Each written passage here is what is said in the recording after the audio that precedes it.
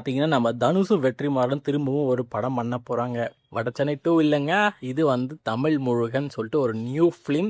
அதுவும் இல்லாம இது வந்து ஒரு நாவல தழுவி எடுத்துருக்காங்க. எப்படி பார்க்கலாம். கண்டிப்பா இந்த காம்போ தரமா தான் இருக்கும். இவங்க பிளானிங் பார்த்தீங்கன்னா 2029 ரிலீஸ் பண்ண மூவியும் பிளான் பண்ணியிருக்காங்க. அஃபிஷியலா பார்த்தீங்கன்னா ஒரு கிளிம்ஸ் வீடியோ ஏஐ கிளிம்ஸா இருந்தாலும் மாஸா இருக்கு.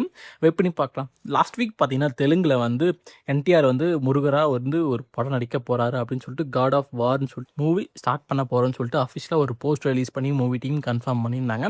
இன்னைக்கு பார்த்தீங்கன்னா தமிழ் சினிமாலேருந்து முருகரை பற்றி ஒரு படம் வரப்போகுதுன்னா தமிழ் ஆடியன்ஸ் சும்மாவா விடுவாங்க, கொண்டாடி தீட்டிட்டு இருக்காங்க.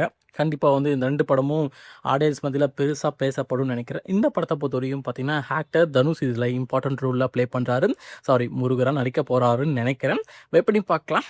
அதே மாதிரி இந்த படத்தோட டேரக்டர் நம்ம வெற்றிமாறன். அது மட்டும் இல்லாமல் ஒரு சர்ப்ரைஸ் என்னென்னு பார்த்தீங்கன்னா இந்த படத்துக்கு மியூசிக் பார்த்தீங்கன்னா நம்ம ஷாய் அபிங்கர் போட்டிருக்காரு.